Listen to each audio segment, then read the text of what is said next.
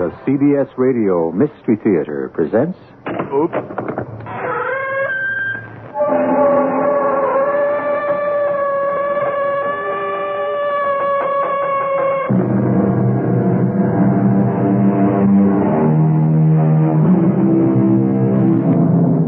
Come in.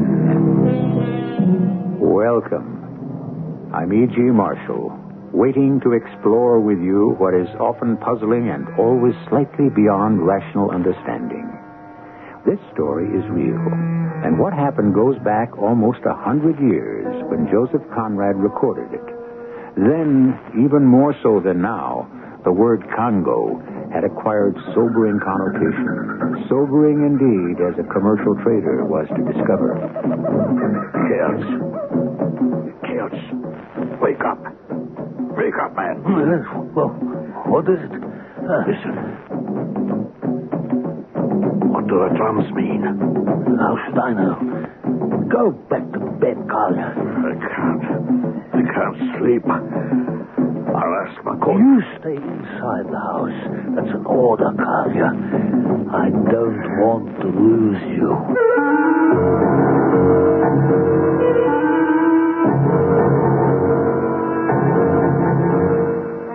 Our mystery story, The Warriors from Loanda, is adapted from a story by Joseph Conrad and was written especially for the Mystery Theater by Roy Windsor. It stars Bob Dryden and William Griffiths. It is sponsored in part by Contact, the 12-hour cold capsule, and X-Lax. I'll be back shortly with Act One.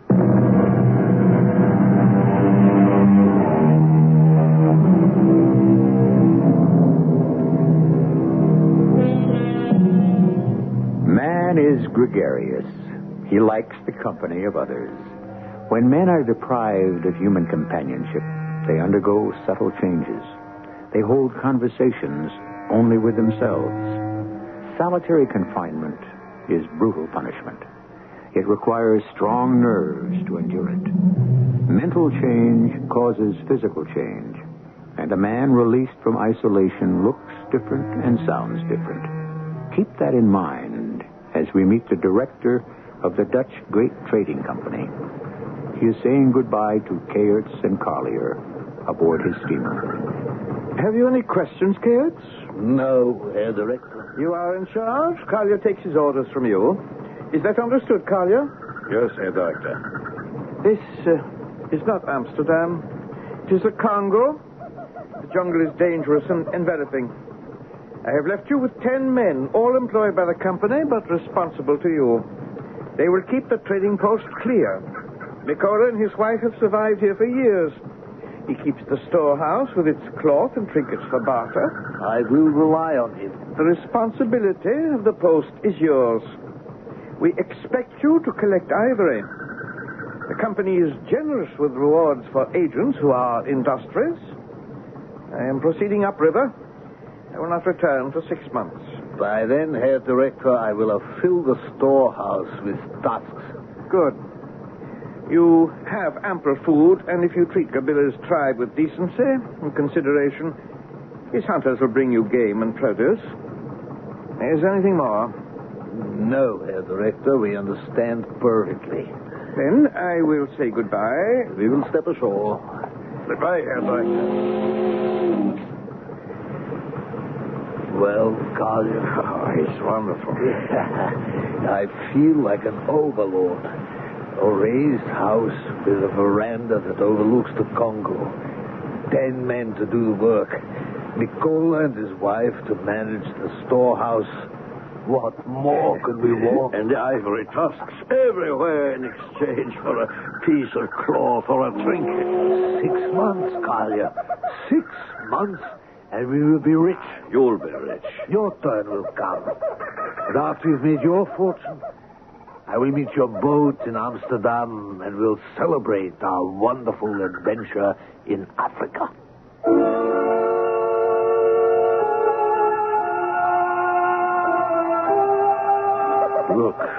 Look how the sun casts a bar of gold across the river. Surface doesn't seem to move. I haven't seen Macaulay since... Oh, he's coming down to us. Well, Makola, we have been admiring the view. You must be careful, Tuan. It is a dangerous river. Ah? The crocodile is very swift. You see there? What looks like a branch. It does not move downstream. Crocodile. You turn your back and he is upon you. That is why our house is on stilts. We fear the crocodile more than any other animals in the jungle. Just how do we go about the bartering, Makola? I don't speak the native language. I suppose I could manage the sign language. I speak the tongues. The natives come with tusks. I speak with them. You make the decision, Tuan. The director says that Gibola, is that right, Gibola? Yes, he is chief of a local tribe. Very friendly. Does he supply tusks? No, Tuan. His people hunt only for food and have a village. They do not wander through the jungle. It is the wandering tribes who hunt for ivory, and they bring the tusks to our trading post. And they exchange ivory for cloth and trinkets? Knives, bells, beads. We have many things. Extraordinary. The director speaks to me about the 10 men, Tuan. Oh, he did? And what did the director have to say? Tuan, it is very hot here. Men must be made to work. If they plant seeds, you will have plenty of produce. Over there was a clearing for growing vegetable. There? Good heavens, it's a thicket. Do you say there was a garden there? Agent before you had men clear the land. He also had the house built, didn't he? Yes, Tuan. He was artist. He spent many hours painting on canvas. Kurt, look up there on the hill behind our house, close to that huge banyan tree. A cross. A tilted cross. Is that where the first agent was buried, Makola? Yes, Tuan. Chewed up by a crocodile, Makola? No, Tuan. Of fever.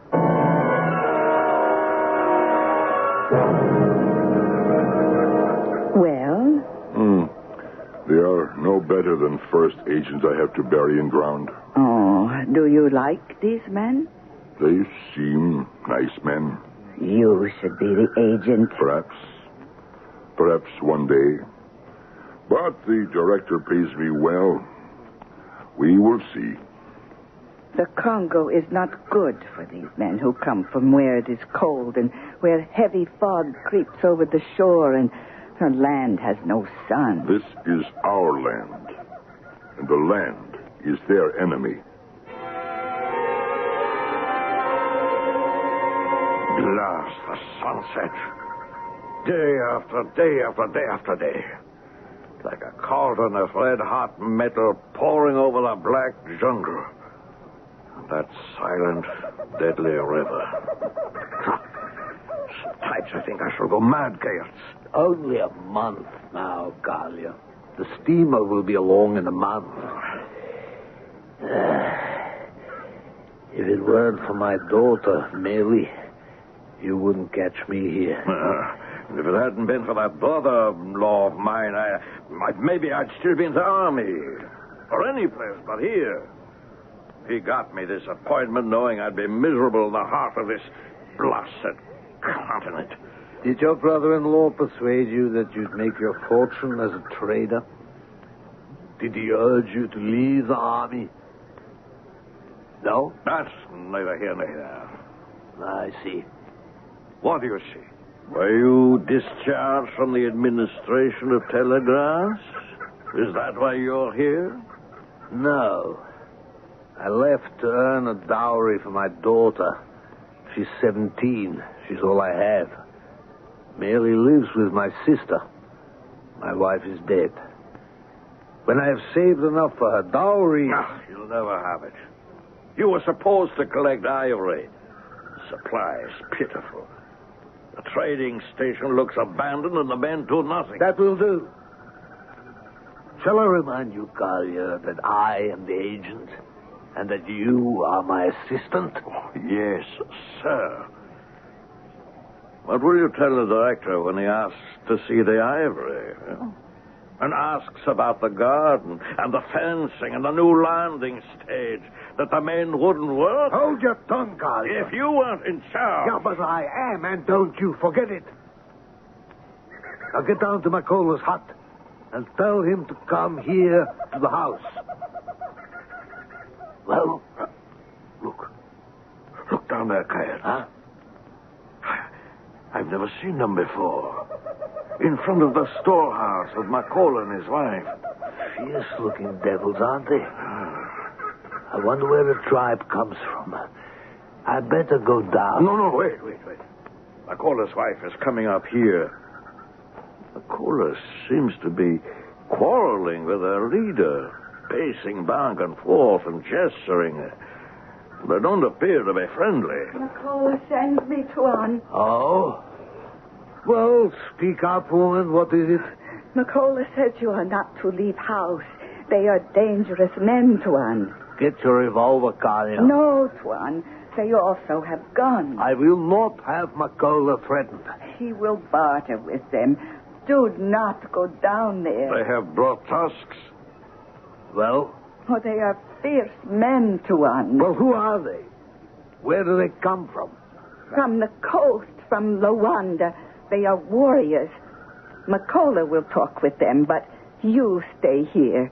The natives from Loanda are dangerous. I won't be intimidated by ignorance. I think you will be, Cats. I will. Against 10 men armed with spears and guns? They'd leave us dead. Now, director wouldn't like that, would he? Shut up. Now, when McCullough has gotten rid of them, tell him to come up here. He will come up here, Tuan. I should thank you, Cats. Not that I would have obeyed you. When I give an order... But you didn't, because you're afraid to go down there. So am I. But I admit it. The men are leaving. And McCullough has gone into his hut. Look, there's his wife coming up from the shore. She circled the clearing. She's afraid, too. We should always carry our revolvers with us. I intend to.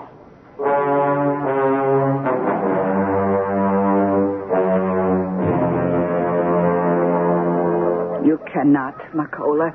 The director will be angry. He will never know. I cannot stand up to the men from Loanda. They threaten all of us. They have guns. But the trader and the assistant... There will be no trouble. Oh, they will know. That may be. I am loyal to Great Trading Company, but also to you, to the children. The warriors threaten to kill us. Oh, is it to be done?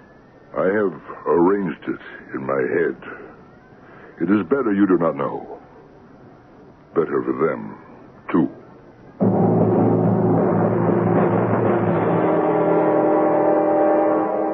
100 years ago, the jungles of Africa were impenetrable. It truly was the dark continent. 2 men are isolated there. What happens to them will unfold when I return shortly with Act 2.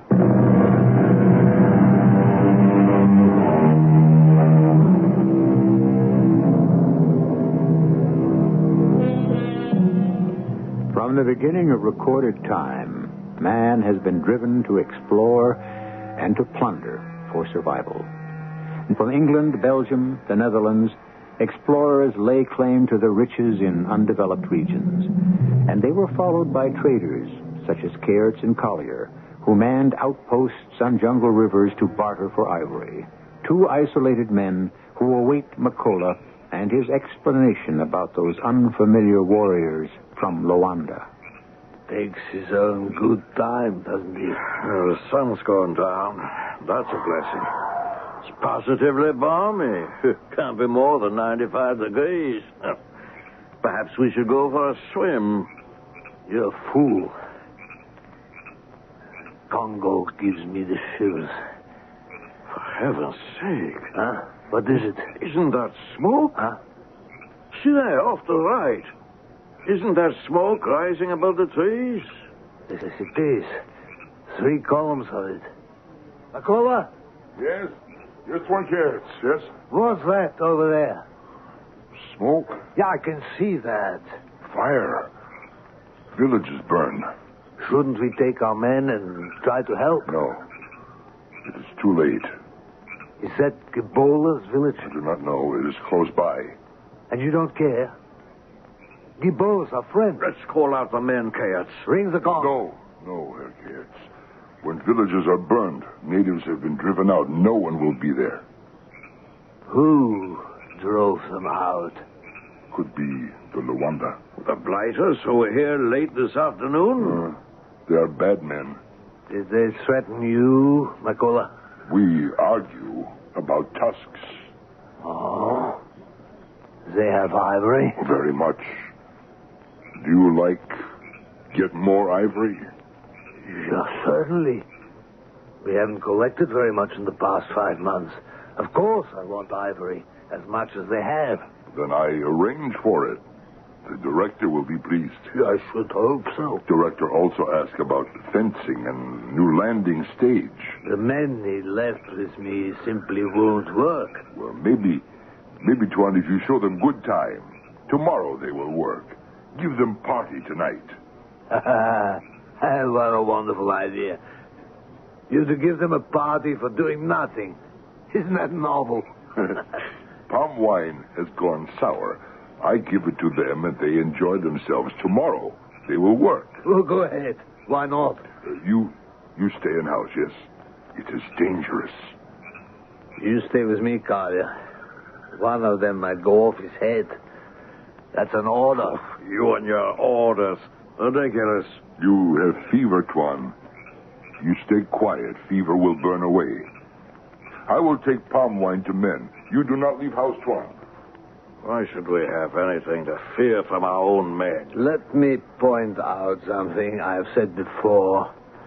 I am the agent in charge here, and you are my assistant. The person in charge is Makola, and don't try to deny it. You will not call me ridiculous in front of a servant. I won't stand for that kind of insubordination. If it happens once more... Yes, what will you do? I'll discharge you. You mean throw me out of our castle on stilts?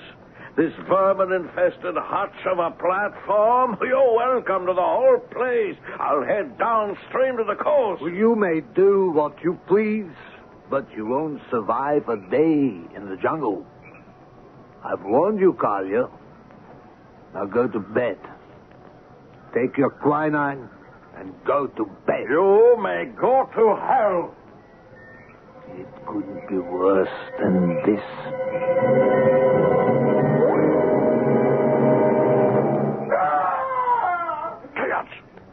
Kayats, wake up.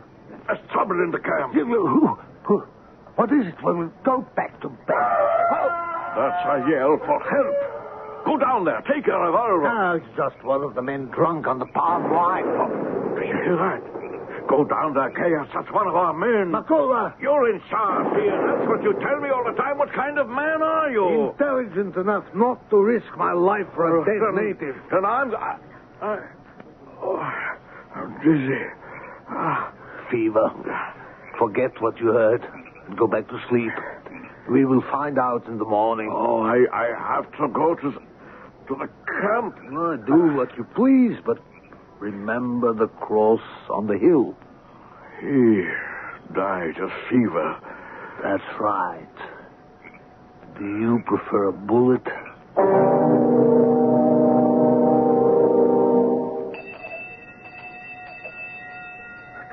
You're up, Kalia. You look better. Where the men? Well, they will straggle down shortly. I'll call again. Oh, there's Makola. Come up here, and Makola. He doesn't appear to be excited. Maybe he didn't hear the gunshot. When did you wake me up? It was almost 3 o'clock. Yes, Tuan Carrots. Where are the men? They went last night with the coast people, the Loanda. What? They deserted? They go away, Tuan. But they can't. They're company men, employed by great trading companies. They were no good. The director will be furious. He will like the ivory. Ivory? Down there, Kayats. In front of the storehouse. What? Good Lord. I never saw such a collection. The Loanda returned and... You say barter with them, and they have many tusks. You wish to see it, one? Good work, Makola. I will certainly mention this to the director. Wonderful. Are you coming, Collier? Oh, yes, I'm all right. You should stay in bed here, Tuan Collier. You have fever. The sun is hot. First, I must see the ivory. That's why we came to this desolate place.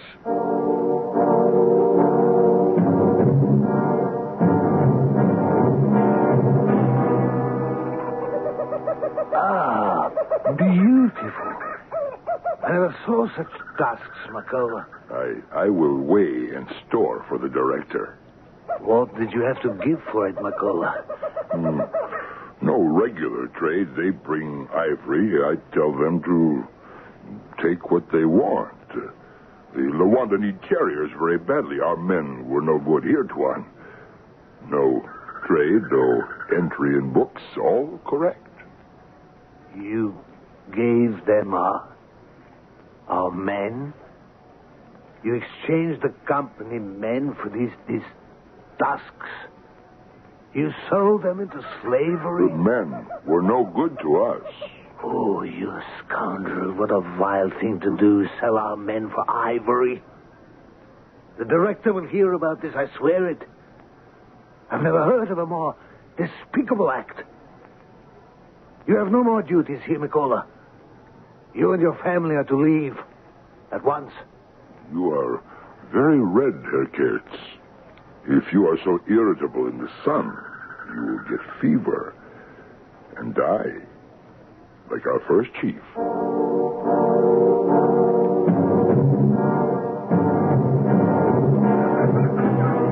We will return to the coast, to my people, Makola. No. You heard Herr Kea. He spoke out of anger. It was wrong to sell the men. No. The chief of the Loanda would accept nothing else. If I do not agree, he and his men kill us, take everything. We have the ivory and we are alive. Do not worry about Herr Kurtz. He will not drive us away. Oh, what will the two men do now for food? They have rice, things in tins. The steamer will be here soon. Oh, let us travel with the director down to the coast, Makola. I no longer feel safe on this outpost.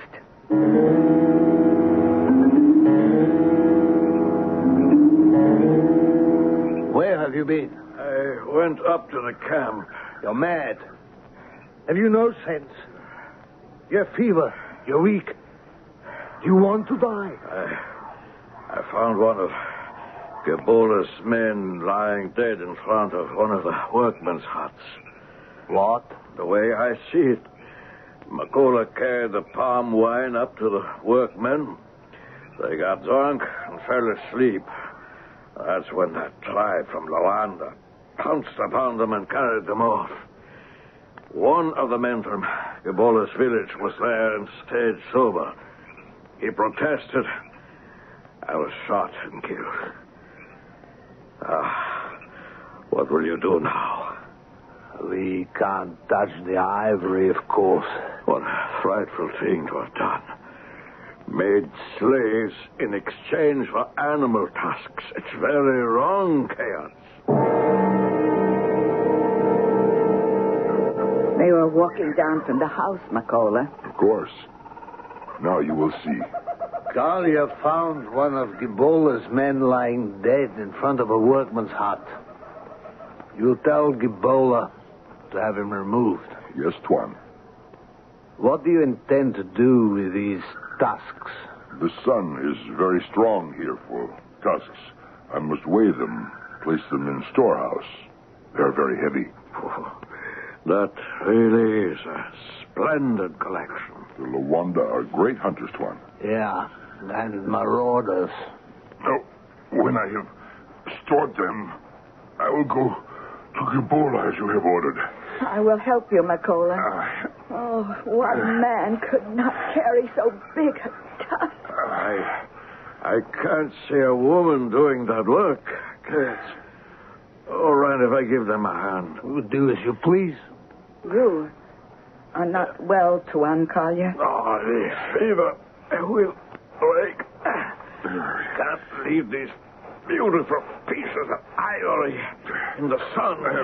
You will kill yourself. No matter. I've given up. I don't expect to leave this place alive.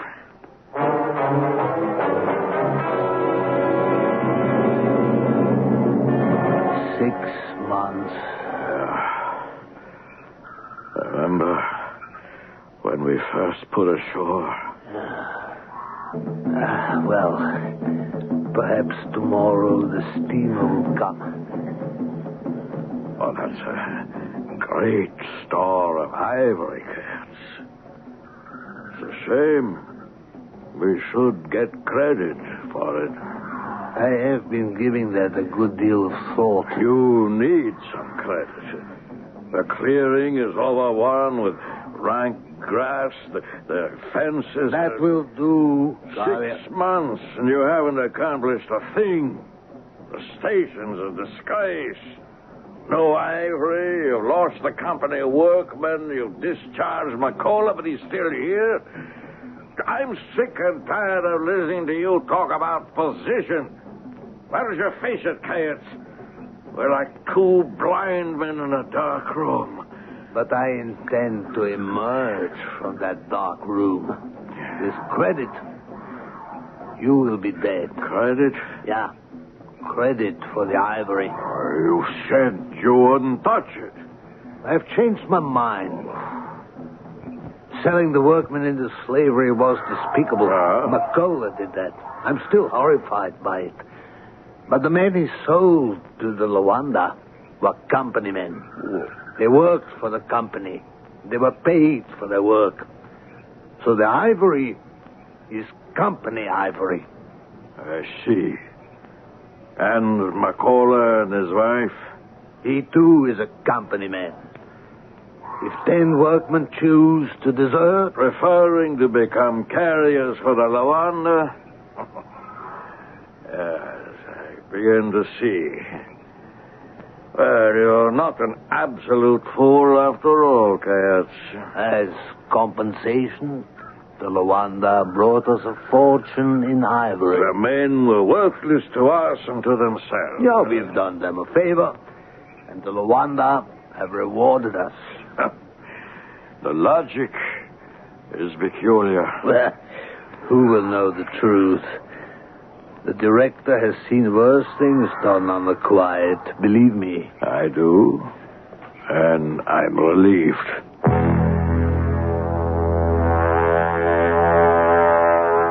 Earlier, I mentioned the effect that solitary confinement can have on a man. We will soon discover the fate of Kayets and Collier when I return with Act 3.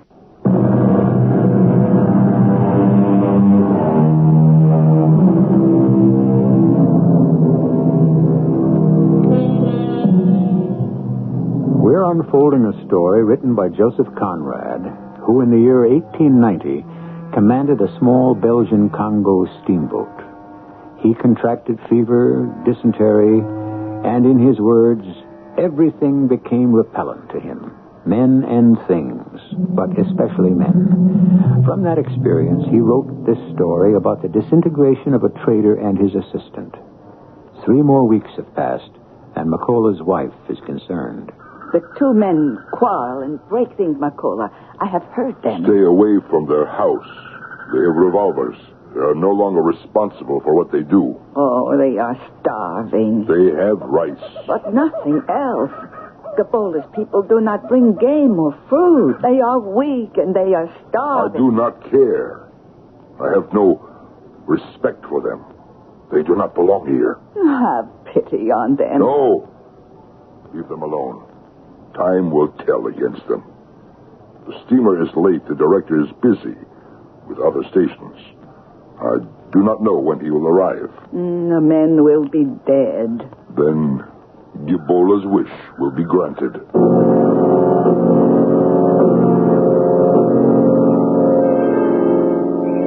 We need food.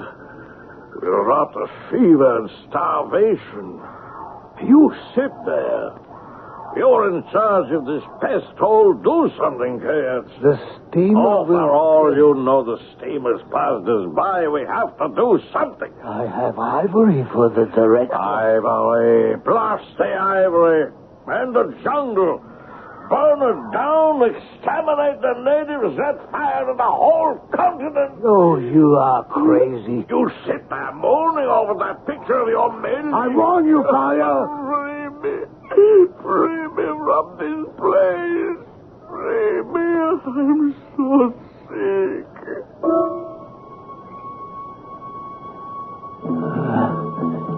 The solitude. It is absolute. Everything has gone out of me. Images of home. Gone. Those I loved recede into the distance.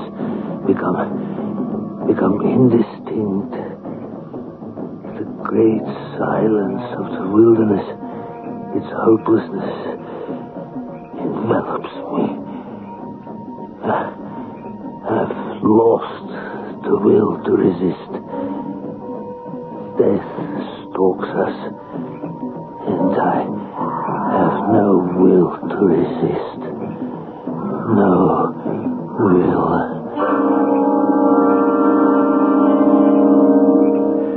Talia? You're alive. Get away from me. You've slept all day. Good. Get up now. Don't lie there and rot. I fixed supper. I can't choke down any more ice. There's coffee. Then bring out the sugar. What are you holding it for? Only a few lumps left. Well, bring it out. It's for when we are sick. Sick? I'm sick to death. Bring out the sugar or I'll strangle you to death. I forbid you to speak to me that way. You what? I'm your chief. Chief? Who's chief? There's no chief here. There's nothing here but you and me. Fetch the sugar, you blundering idiot. Shut up, Kaya. I dismiss you. You miserable scoundrel. Why, you flabby, good-for-nothing civilian. Put down that stool. Make me. Stop it.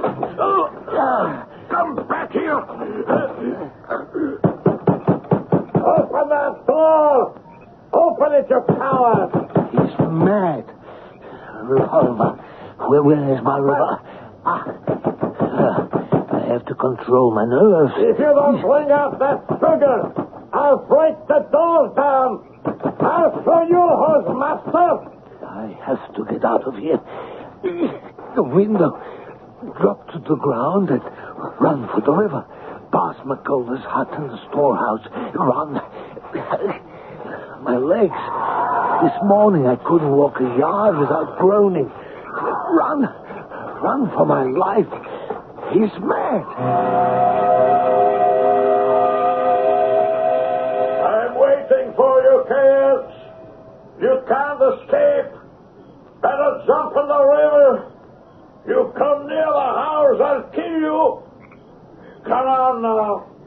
You're out there someplace and I'm waiting for you. What is this all about? This madness? What did we quarrel about? Sugar. A lump of sugar. How preposterous. I will remain hidden behind the house. Where are you, kids? I'm coming for you. I hear him. Which way do I run? To the left or to the right? Yes, you are. I'm hit. My shoulder.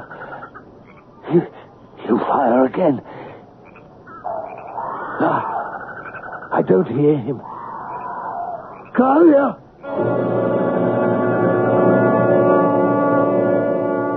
Makola! Yes, Tuan, yes. Help! I can hardly walk. help me to the front of the house. Yes, Please, yes, Tuan. Here, hold my arm. He tried to kill me. Get me back to the porch. A lump of sugar. Civilized men quarreling and killing over a lump of sugar. Thank you, McCullough. Yeah. What's that? It's Herr Collier. He's been shot and killed. But my shoulder. The gunshot. Let me... He's dead, McCullough. Yes, Tuan. I don't understand. He came round, threatening to kill me. We collided in the dark, and there was a shot. And my shoulder... You are not shot, Tuan. Isn't that wonderful? I will see to Herr Collier, Tuan. That miserable brute, that pompous, lazy, insolent misfit, he's dead. I'm well rid of him. Threatening me. He didn't learn very much in the army about obedience. There was mutiny. The director will understand. Tuan, is this your revolver? Yes. Yes, that is mine. There is only one revolver, Tuan. Where is his? I don't know. He came after me to shoot me. I will look. Now what will I do? Bury him, I suppose. Order McCullough to build a cross. Place him next to the first agent. I killed him. Killed in self-defense. Tuan, I did not find the revolver near Herr Collier. It was in his room. This is his revolver. I shot an unarmed man. Herr Collier died of fever, Tuan. Yes, I think he died of fever. Bury him tomorrow. For tonight we leave him on the porch.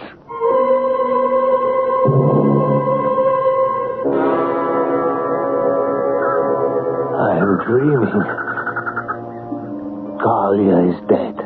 What difference does that make? Thousands die every day. I'm at peace with myself. What if I, and not Collier, was dead? But I'm not. I must wake up. The mist is all around me, penetrating, silent, white, deadly, carrying my guilt through the jungle, calling me to justice, calling me. Help! Help! Help! Help!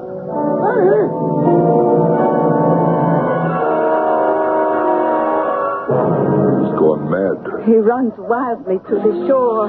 The steamer. Kids! Kids! He's gone. He runs into the jungle. Oh, how do we explain what happened to Herr Kerr? He went mad from fever, ran into the forest. Both men are gone. That is all the director will need to know. And we go downriver to the coast with the director? Yes. The company sends stupid men to the station. I want no more of them. They offend the natives. We do not collect enough ivory. You have a great store of ivory, McCullough. Thanks to the Loanda. And to the workmen who are now their slaves.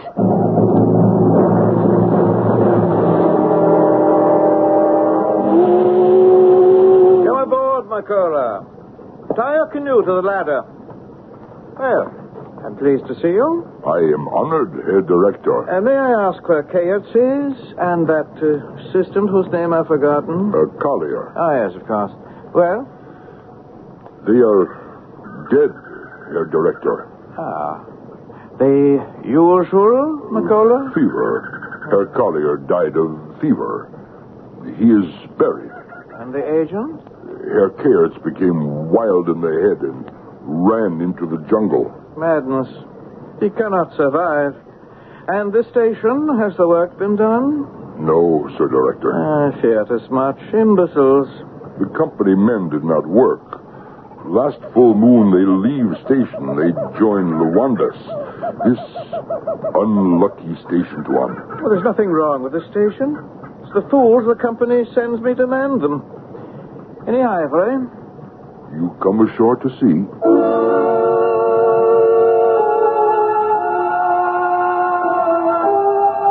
Macola. It's a marvelous collection. Heaven's name, how did you collect such superb tusks? I barter for it, sir. Yes, well, you bartered well. I see you still have half the supplies I left with you. What tribe brought you this wonderful collection? Loanda. Ah, I understand. And it was with the Loandas that the workmen went? Yes, sir. Amusing. We think alike, Macola. Yes, sir. Both of us have a shrewd understanding of real values.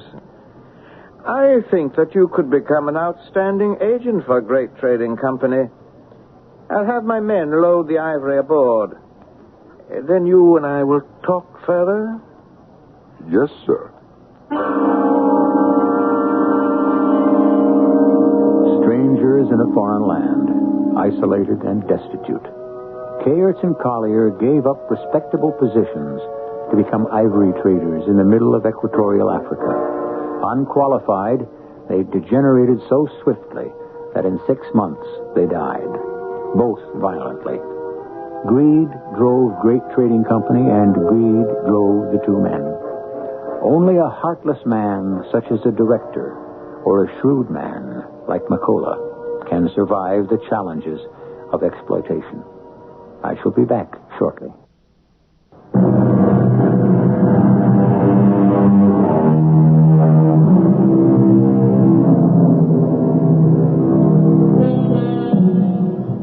Conrad wrote this tragic story in 1895. The days of colonial exploitation have ended.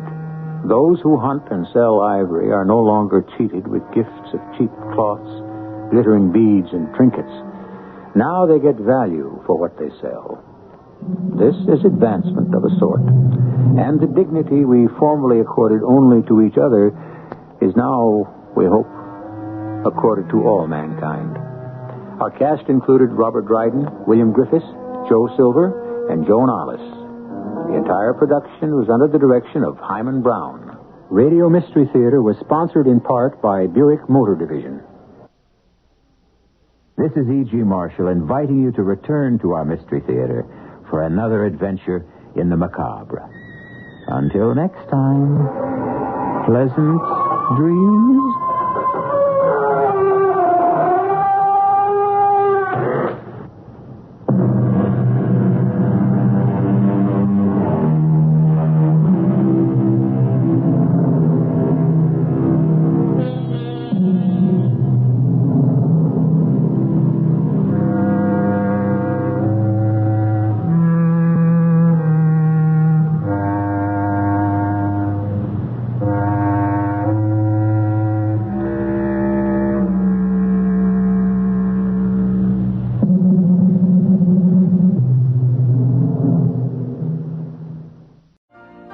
You've been listening to the OTR Gold Network. Find more classic radio at otrgold.com.